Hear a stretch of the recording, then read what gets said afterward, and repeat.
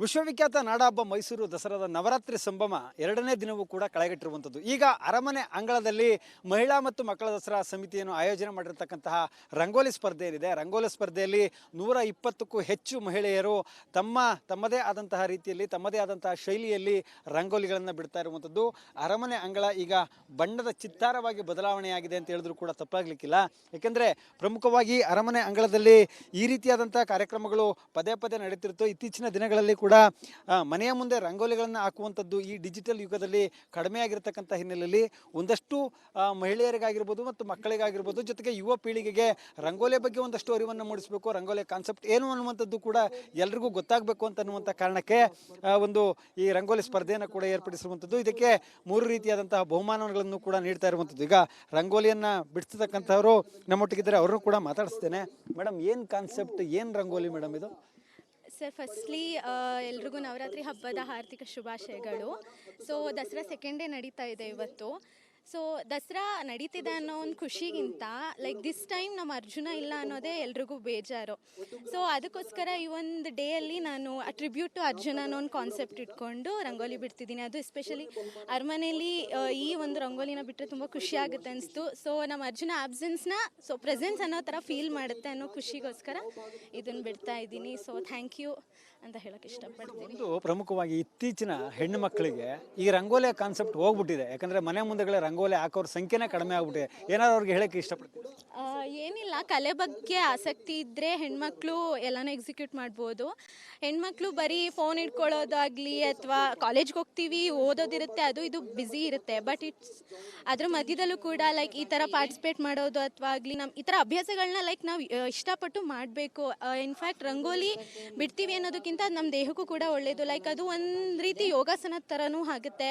ಬೆಳಗ್ಗೆ early morning ಎದ್ದು ಬಿಡೋದು ಹೆಣ್ಮಕ್ಳಿಗೆ ಅದೊಂದು ಕಲೆ ಹೆಣ್ಮಕ್ಳಿಗೂ ಇರಬೇಕು.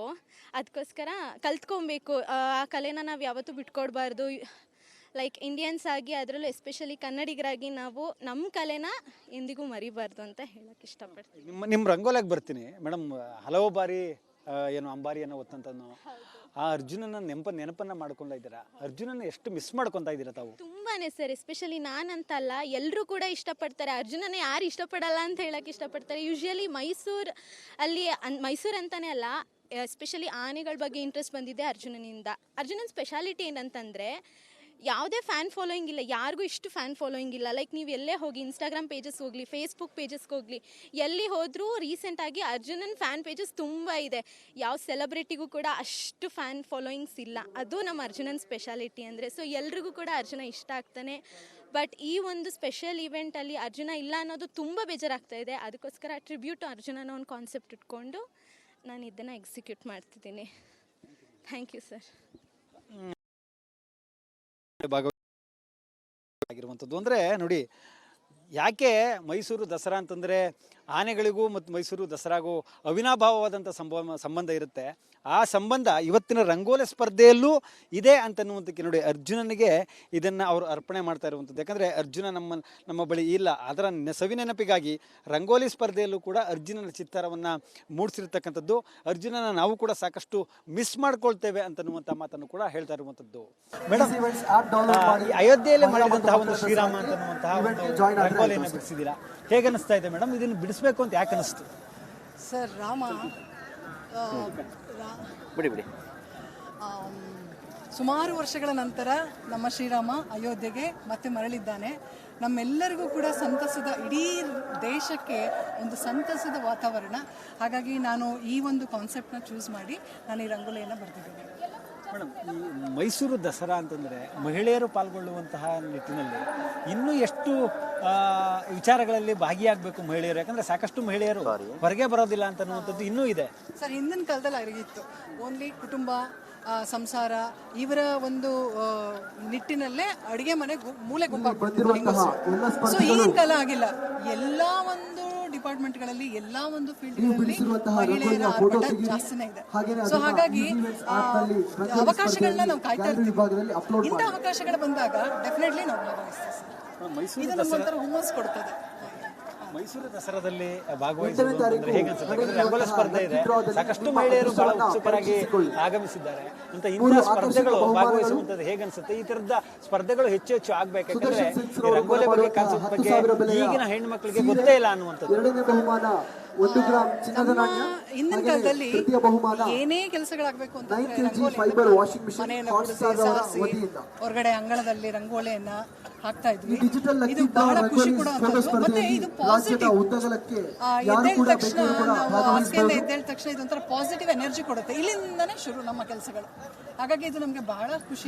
ಮನೆಯಲ್ಲಿ ರಂಗೋಲಿ ಬಿಡಿಸಿದ್ರೆ ಅದನ್ನು ಕೂಡ ಫೋಟೋ ಅಪ್ಲೋಡ್ ಮಾಡಬಹುದು. ಹಾಗೇನೆ ಇಷ್ಟು ರಂಗೋಲಿ ಸ್ಪರ್ಧೆಯಲ್ಲಿ ಭಾಗಿಯಾಗಿದ್ದಂತಹ ಮಹಿಳೆಯ ಮಾತಾಗಿದ್ರೆ ಪ್ರಭು ಶ್ರೀ ರಾಮಚಂದ್ರ ಹೇಗೆ ಮತ್ತೆ ಮರಳಿ ಅಯೋಧ್ಯೆಗೆ ಬಂದನು, ಆ ಒಂದು ರಂಗೋಲಿಯ ಚಿತ್ರವನ್ನ ಬಿಡಿಸಬೇಕು ಅಂತ ನನಗೆ ಮನಸ್ಸಾಗಿತ್ತು. ಜೊತೆಗೆ ಈಗಿನ ಯುವತಿಯರು ಕೂಡ ಈ ರೀತಿಯಾದಂತಹ ರಂಗೋಲಿಗಳನ್ನ ಬಿಡಿಸುವಂತಹ ಒಂದು ಕಲೆಯನ್ನ ಕಲಿತ್ಕೊಳ್ಬೇಕು, ಅದು ಮುಂದುವರಿಬೇಕು ಅನ್ನುವಂತಹ ಮಾತನ್ನು ಕೂಡ ಹೇಳ್ತಾ ಇರುವಂತದ್ದು. ಮಹದೇವಸ್ವಾಮಿ ಕುರುಣಗಾಲ, ರಿಪಬ್ಲಿಕ್ ಕನ್ನಡ, ಮೈಸೂರು.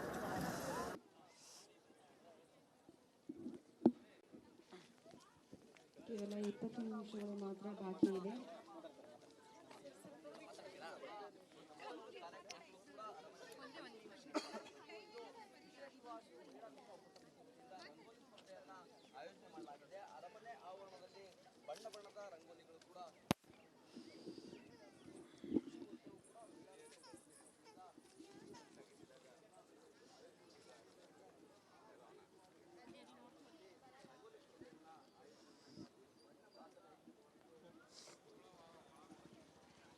ಅಣ್ಣ ಬೈಲಿ, ಅಪ್ಪಾಜಿ ಬೈಲಿ. ಈಗ ನಾನು ಹೇಳೋದು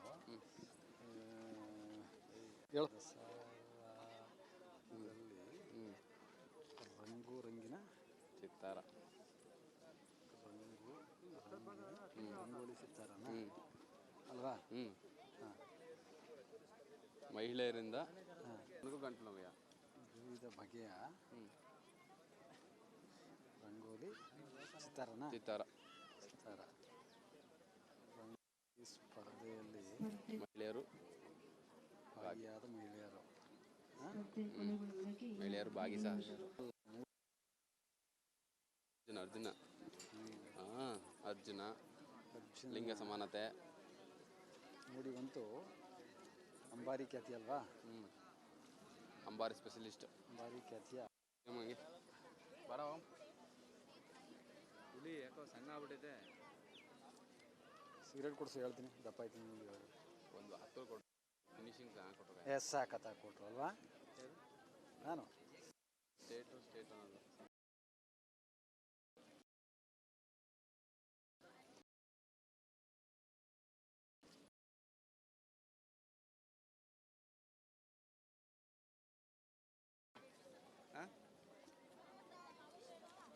ಹಾಂ